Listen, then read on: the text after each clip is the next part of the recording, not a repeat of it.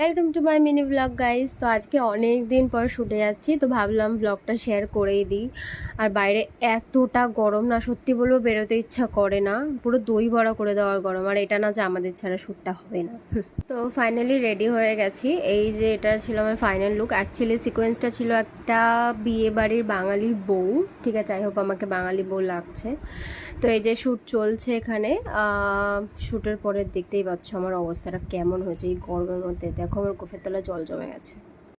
তো এটা ছিল আমার সেকেন্ড শটের আউটফিট। তো একদিনে দুটো শটে কাজ করেছি, সস্তা মজদুর হেসাব ক্যা করে।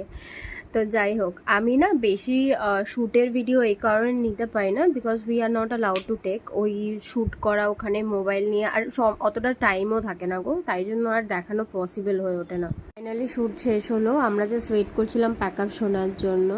আচ্ছা, by the way thank you এত বক বক শোনার জন্য।